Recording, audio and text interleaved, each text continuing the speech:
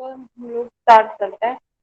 5 minute हो गई, जिससे आना होगा आ जाएगा। ठीक है, देखो लास्ट टाइम हम लोगों ने अपना सेकंड यूनिट स्टार्ट किया था, जिसमें हमने एंगल मॉड्यूलेशन के बारे में पढ़ा था। ठीक है, एंगल मॉड्यूलेशन दो तरीके का होता है, एक हमारा फ्रिक्वेंसी और दूसरा हमारा फेज मॉड्यूलेशन। ठीक, ये इंट्रोडक्शन पार्ट हम पढ़ चुके थे। ठीक है, ये हमारा एनालॉग मॉड्यूलेशन के बारे में, जिसमें हमें फ्रिक्वेंसी और फेज मॉड्यूलेशन की डेफिनेशन, उनके स्पेसिफिक इक्वेशन जो यूज होती है, ठीक है, वो हम लोग देख चुके थे। अभी हमें क्या पढ़ना है? अभी हमें देखना है फ्रिक्वेंसी मॉड्यूलेशन का जो जनरल एक्सप्रेशन होता है। ठीक है, एक जनरलाइज्ड एक्सप्रेशन है फ्रिक्वेंसी मॉड्यूलेशन का, उसके बारे में पढ़ना है। ठीक है, तो हम यहाँ से शुरू करते हैं। यहाँ सबसे पहले जो हमें इक्वेशन दे रखी है वो किसकी दे रखी है? करियर सिग्नल की। देखो कोई भी मॉड्यूलेशन पढ़ते हैं तो करियर सिग्नल की इक्वेशन पता होनी चाहिए। ठीक है, क्या हमारा मैसेज सिग्नल है वो पता होना चाहिए। दूसरी चीज, आफ्टर मॉड्यूलेशन जो हमारे पास एक फाइनल इक्वेशन आएगी उसके बारे में पता होना चाहिए। ठीक है, तो यहाँ पर जो इन्होंने करियर मॉड्यूलेशन सिग्नल लिया है उसको फाई टी से रिप्रेजेंट किया है। Phi T is equal to A C cos omega C T plus theta naught. ठीक है, A C cos omega C T plus theta naught. A C यहाँ पर क्या है? इसका मैग्नीट्यूड है या एम्पलीट्यूड हम जिसको बोल सकते हैं। ठीक, उसके बाद ओमेगा सी उसकी फ्रिक्वेंसी जो है, करियर की फ्रिक्वेंसी, और थीटा नॉट जो फेज एंगल को रिप्रेजेंट कर रहा है। अब हम पढ़ रहे हैं फ्रिक्वेंसी मॉड्यूलेशन।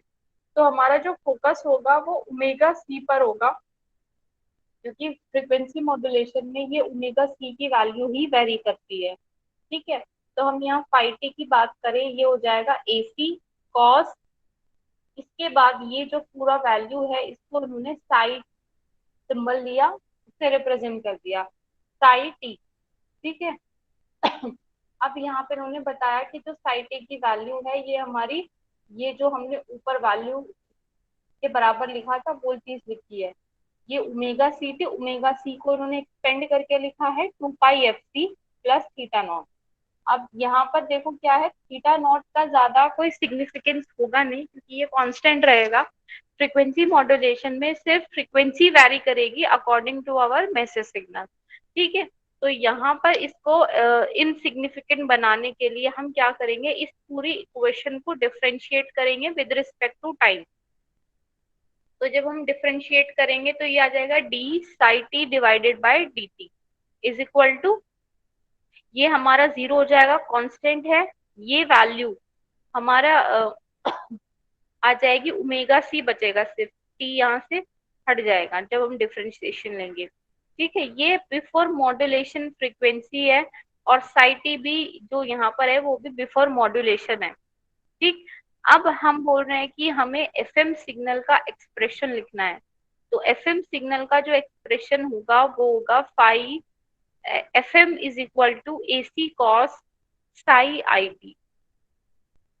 ठीक है, ये साई आई टी क्या है? साई आई हमने क्यों लगाया? ये है हमारा इंस्टेंटेनियस एंगल आफ्टर मॉड्यूलेशन।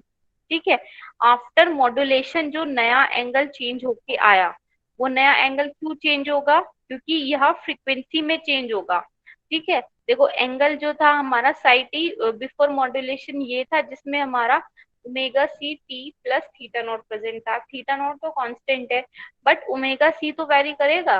तो ये जब वैरी करेगा तो यहाँ पर एक नई वैल्यू हमें मिलेगी साई टी की। ठीक है, और उस नई वैल्यू को इन्होंने साई आई टी से रिप्रेजेंट किया हुआ है।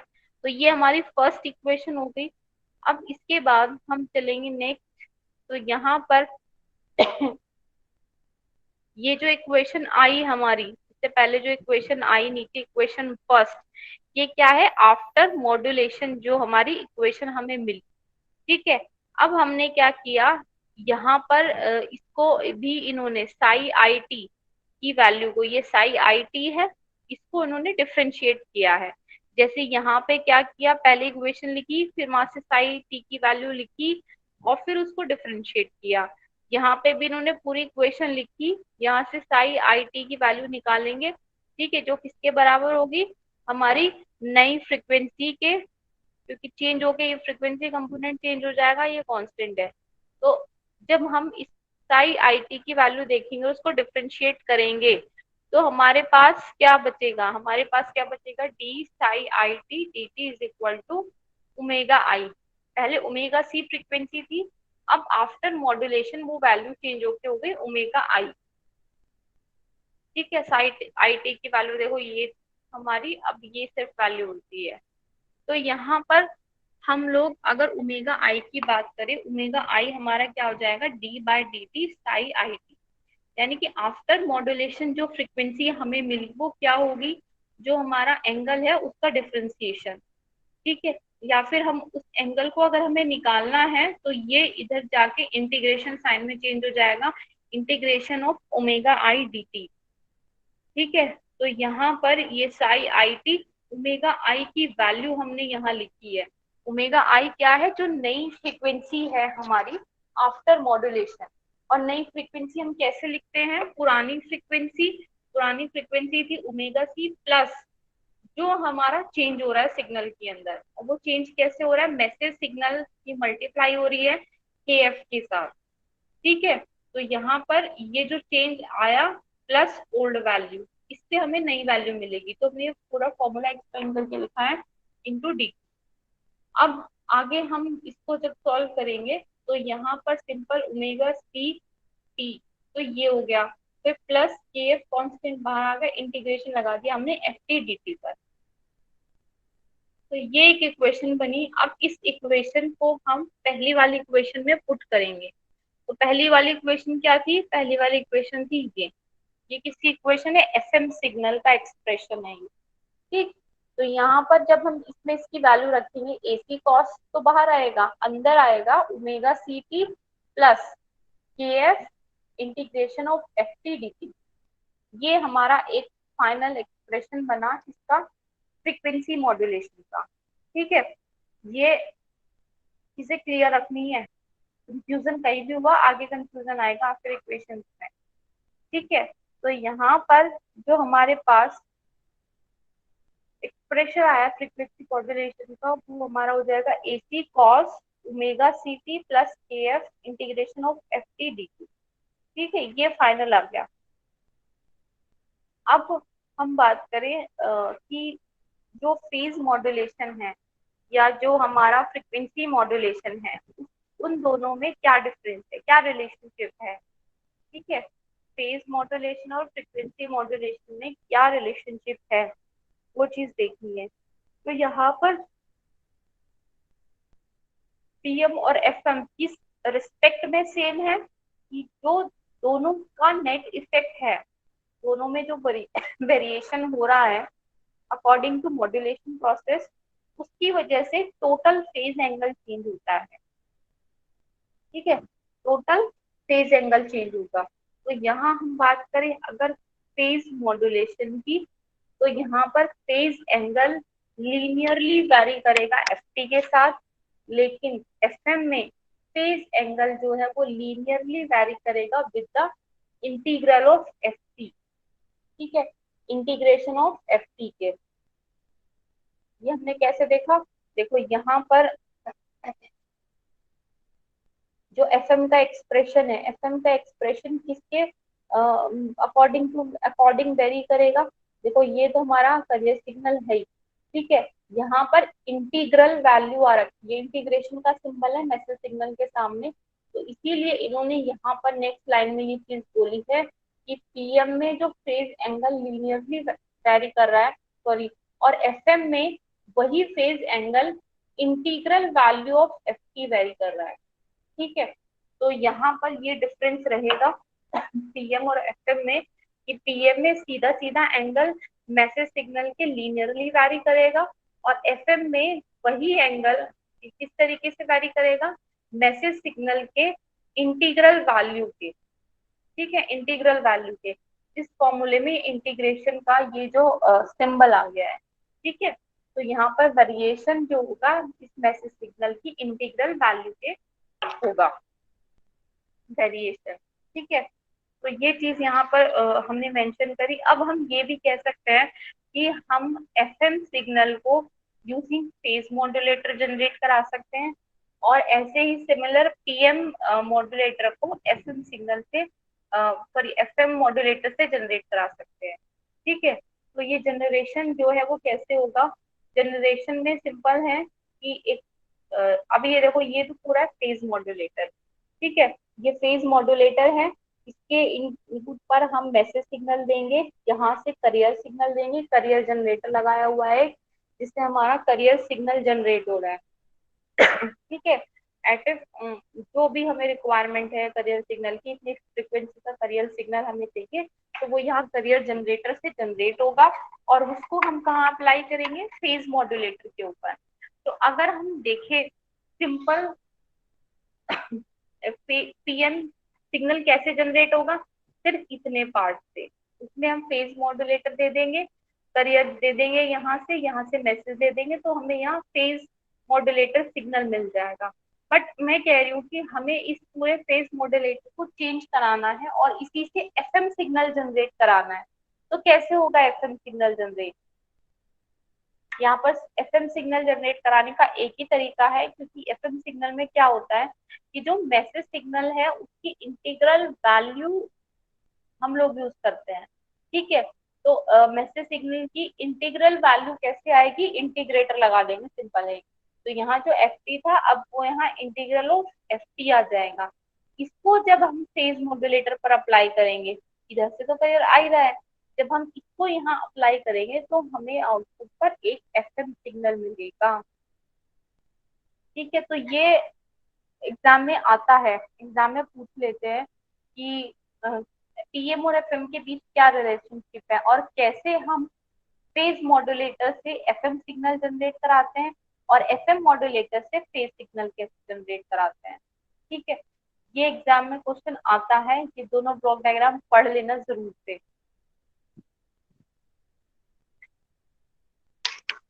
ठीक है, तो नेक्स्ट हमने क्या देखा पीछे, कि हमने एक फेज मॉड्यूलेटर से एफएम सिग्नल जनरेट करा लिया। अब ये उल्टा भी होता है कि हमारे पास एक फ्रिक्वेंसी मॉड्यूलेटर रखा हुआ है और हमें पीएम सिग्नल जनरेट कराना है। तो हम कैसे जनरेट कराएंगे? हम इसमें यहाँ पर सिंपल एक डिफरेंशिएटर रख देंगे। ठीक है, डिफरेंशिएटर रख देंगे तो जो इंटीग्रल वैल्यू थी वो अब यहाँ ना अप्लाई होके सिंपल एफटी सिग्नल यहाँ अप्लाई होगा। इधर से एसी सिग्नल, ये करियर सिग्नल जाएगा, और दोनों को मल्टीप्लाई करके जो हमें यहाँ मिलेगा वो हमें फेज मॉड्यूलेटर वैल्यू मिल जाएगी। ठीक है, तो यहाँ पर ये दोनों ब्लॉक डायग्राम जरूर आते हैं एग्जाम में। ये दोनों को हम कैसे कन्वर्ट करते हैं, यानी कि एफएम मॉड्यूलेटर से हम पीएम कैसे बनाएंगे, पीएम मॉड्यूलेटर से एफएम मॉड्यूलेटर कैसे बनाएंगे। ठीक है, ये चीज हुई। अब इसके बाद हमें क्या देखना है? हमने अभी तक एक जनरलाइज्ड एक्सप्रेशन देखा था, ये वाला, इसका एफएम सिग्नल का। पहले हम एफएम सिग्नल पढ़ेंगे, उसके बाद हम पीएम सिग्नल पर जाएंगे। तो पहले अभी एफएम सिग्नल स्टार्ट हो रहा है, कैसे हम फ्रीक्वेंसी मॉड्यूलेशन को अचीव करते हैं, किस तरह से एफएम सिग्नल्स जनरेट कराते हैं, और कैसे उनका डिटेक्शन। ठीक है, उसके बाद पीएम मेथड पर चलेंगे।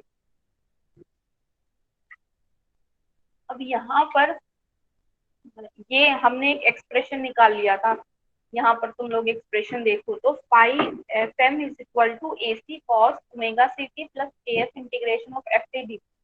ये एक जनरलाइज्ड एक्सप्रेशन है, बट इस एक्सप्रेशन से क्या तुम लोग ये देख के बता सकते हो कि कितने साइड बैंड इसके अंदर प्रेजेंट है, किस तरीके का इसका स्पेक्ट्रम होगा। ठीक है, और फ्रिक्वेंसी मॉड्यूलेशन का मॉड्यूलेशन इंडेक्स कैसे पता चलेगा? तो इससे नहीं देख सकते, तो हम इसको और एलेबोरेट करके लिखते हैं इस इक्वेशन को, और डीपली हम इसको एनालाइज करते हैं। ठीक है, तो यहाँ पर हमने क्या लिया, एक सिग्नल लिया है single tone FM. Single tone से क्या मतलब है? देखो, कई तरीके के सिग्नल होते हैं, एक होता है सिंगल टोन और दूसरा होता है मल्टीपल टोन सिग्नल। दोनों में डिफरेंस क्या है? अगर कोई सिग्नल है हमारे पास और उसमें सिर्फ एक फ्रीक्वेंसी कंपोनेंट प्रेजेंट है, तो वो सिंगल टोन मेथड होगा। बट अगर उसी में दो से ज्यादा हमारे फ्रीक्वेंसी कंपोनेंट प्रेजेंट है तो वो हमारा कहलाएगा single tone FM, sorry multiple tone FM.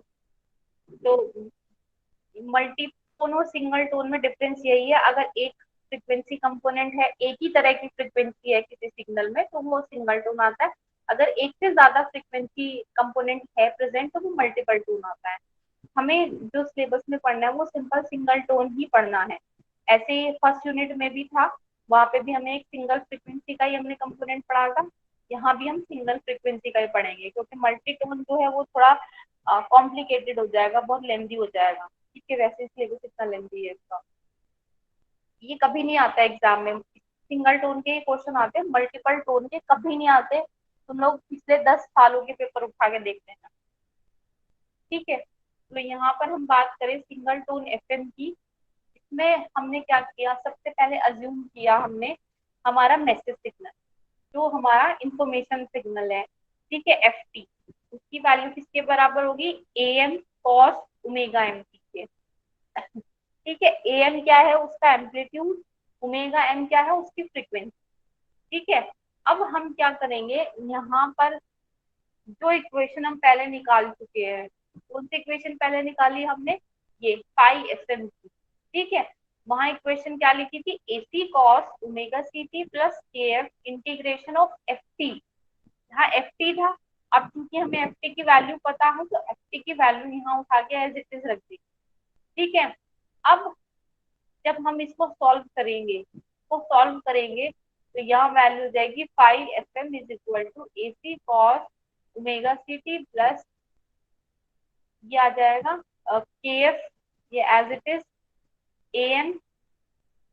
ठीक है, हमने क्या किया, इसका इंटीग्रेशन कर दिया ये अंदर वाली वैल्यू का। ठीक है, तो ये कॉस ओमेगा एम हो जाएगा, एम टी हो जाएगा sine omega M T divided by omega M.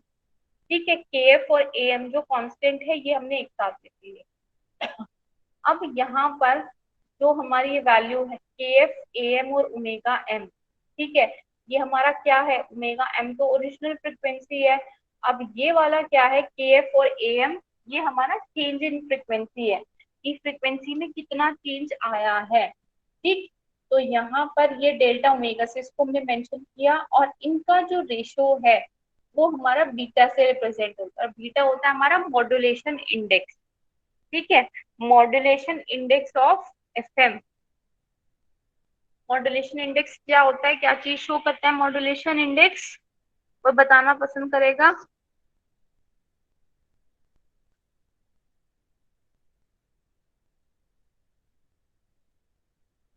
नहीं, किसी को नहीं बताना। मॉड्यूलेशन इंडेक्स इस चीज को शो कर रहा है कि हम अपने करियर सिग्नल की फ्रीक्वेंसी में कितना चेंज ला रहे हैं as per the message signal.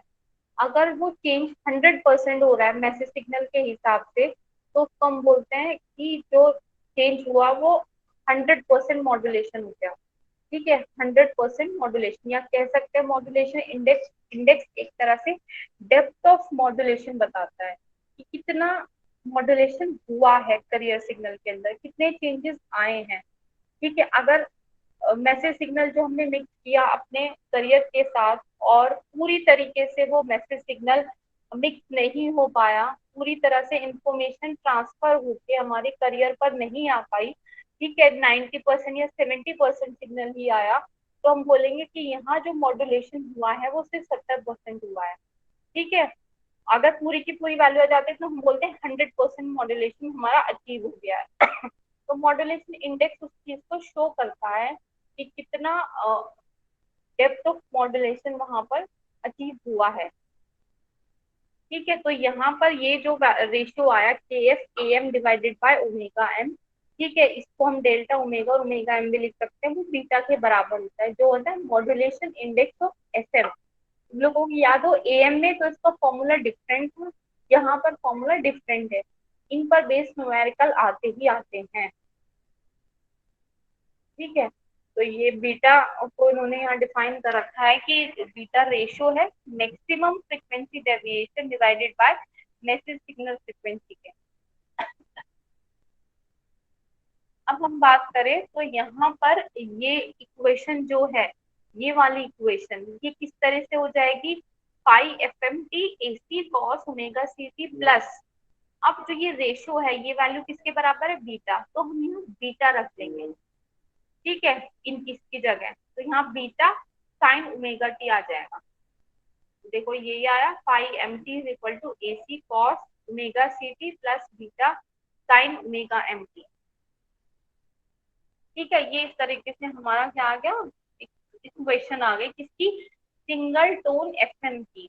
तो सिंगल टोन या सिंगल कंपोनेंट ऑफ फ्रीक्वेंसी जिसके अंदर प्रेजेंट है, जैसे हम कहते हैं ओमेगा एम की सिर्फ एक ही वैल्यू है, ओमेगा सी की सिर्फ एक ही वैल्यू है, तो ये सिंगल टोन एफएम है। अगर मल्टीपल टोन होता तो omega C one, omega C two, omega C three, omega C four, carrier signal के अंदर ही मल्टीपल फ्रिक्वेंसी कंपोनेंट होते या मैसेज सिग्नल के अंदर तरीके से होता, ठीक है।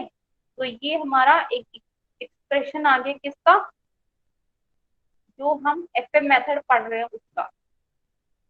अब बीटा की वैल्यू कितनी है उसके बेसिस पर एफएम को हम कैसे क्लासिफाई करेंगे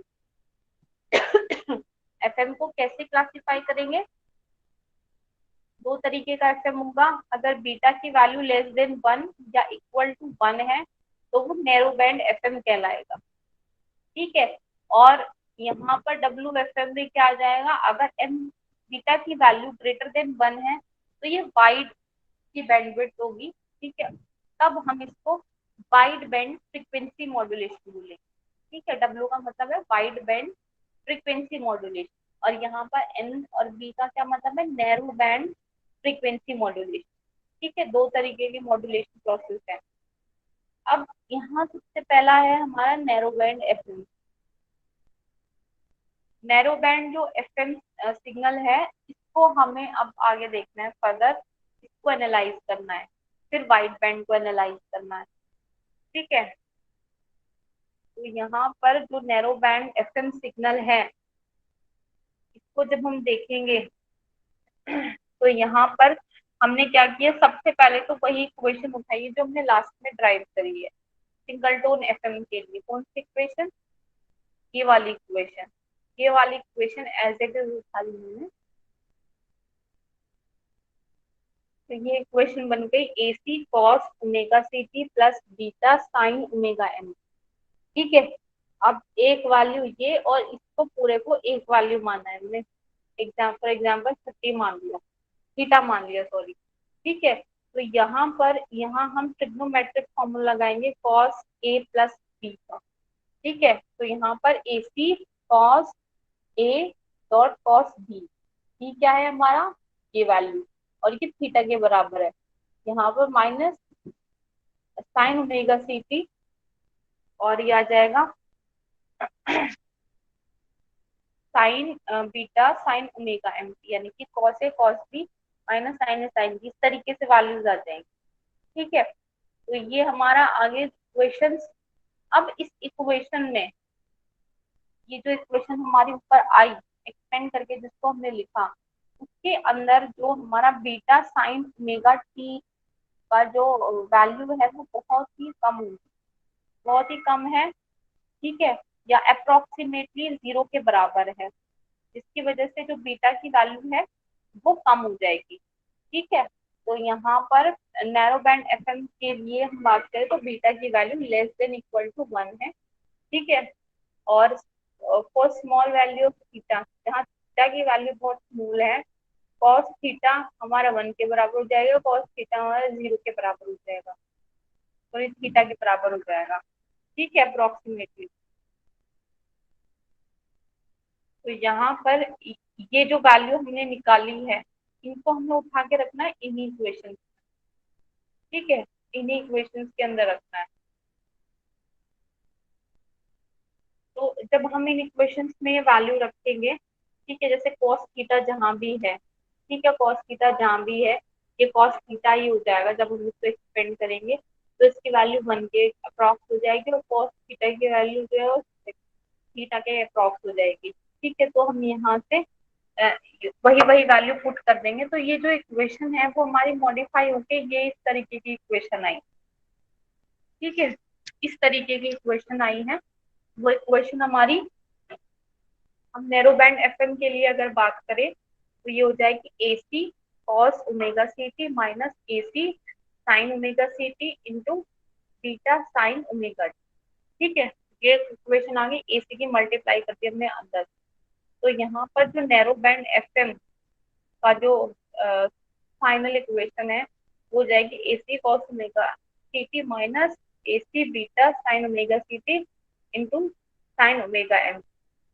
ठीक है, तो ये इक्वेशन बन जाएगी। इस इक्वेशन को जब हम और सिंप्लीफाइड वे में लिखेंगे तो ये हमारा AC cos omega CT minus AC beta by 2, एक हमारी इक्वेशन ये होगी, प्लस एक इक्वेशन ये होगी। ठीक है, दो हमारी इक्वेशन होगी। हमने क्या किया, नैरो बैंड एफएम के लिए एक्सप्रेशन निकाल लिया। ठीक, तो अब जब हम इस एक्सप्रेशन को देखेंगे तो ये जो पहले वाली टर्म है ये तो हमारी सिंपल करियर फ्रीक्वेंसी से रिलेटेड है। ठीक है, करियर वाली जो टर्म है उससे रिलेटेड है।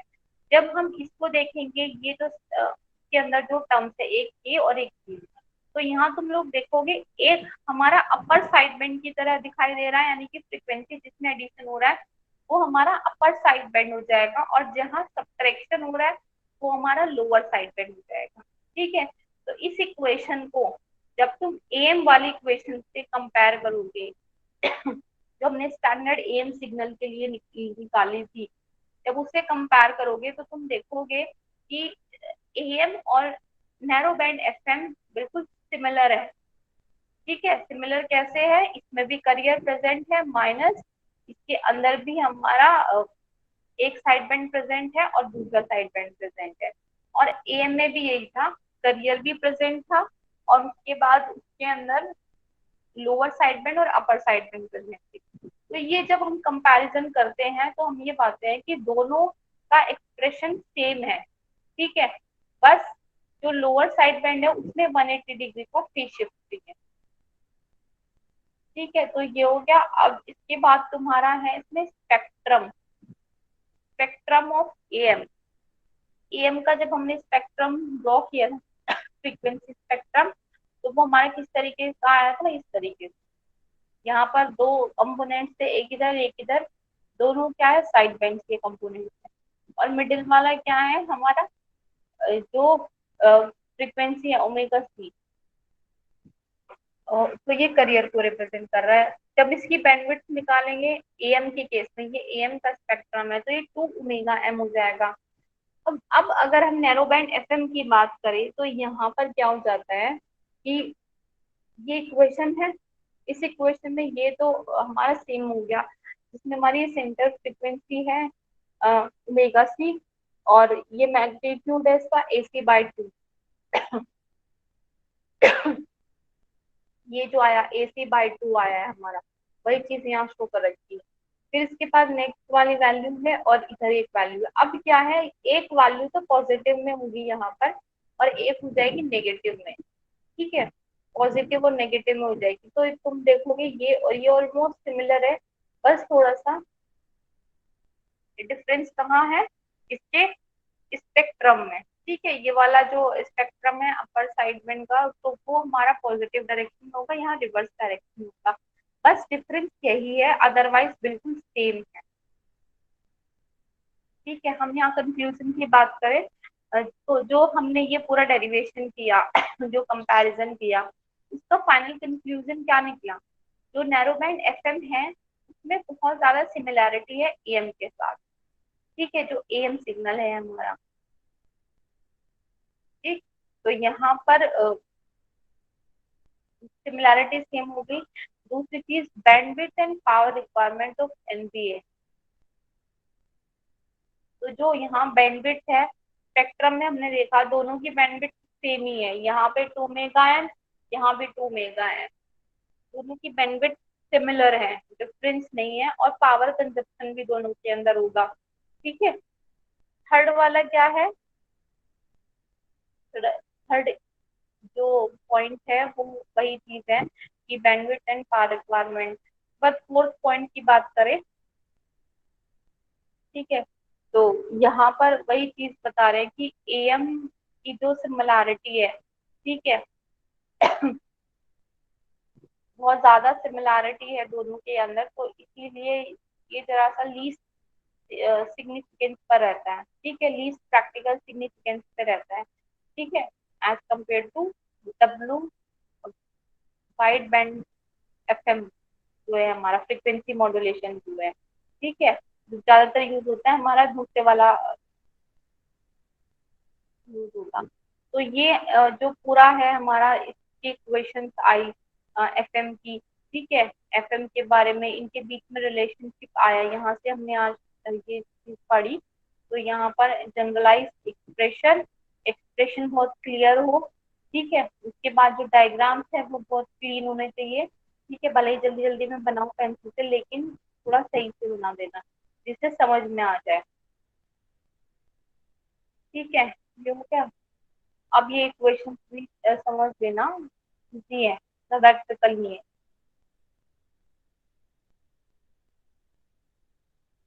ठीक है।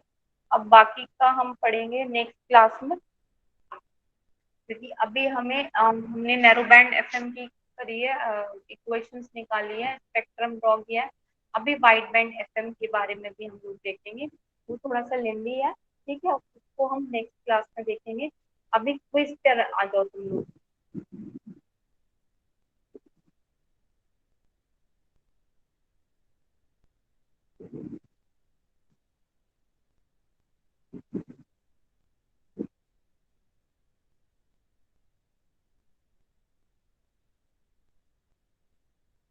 ये तुम लोगों का क्विज है, इसमें कोड जो है वो हमारा हो गया 273558।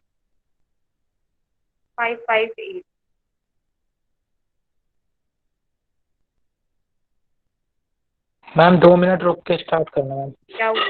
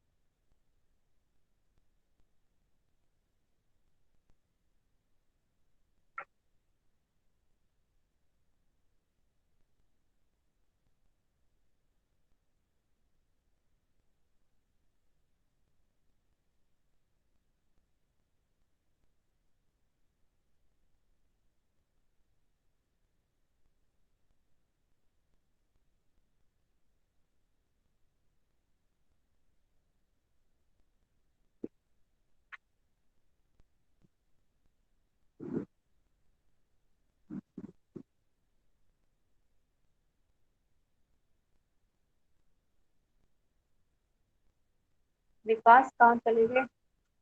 करें स्टार्ट? मुझे कह रहे यस हैं कुछ। मैम। विकास बोल रहे थे ना, विकास, ठीक है, स्टार्ट करते हैं, ठीक है।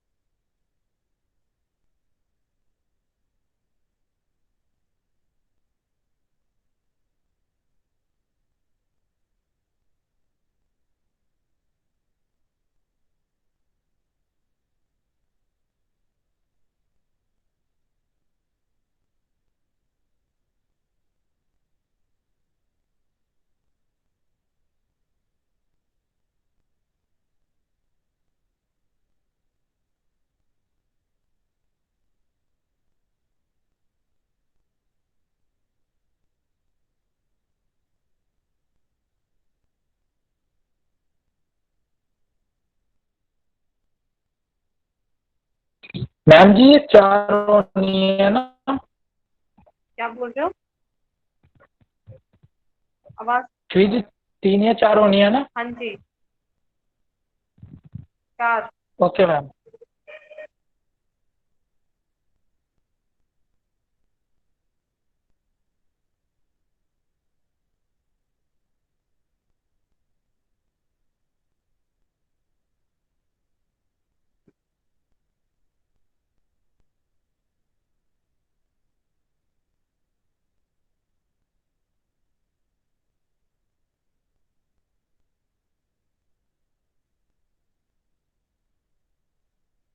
ये इतने इतने नाम से तो ज्वाइन करके रख लो।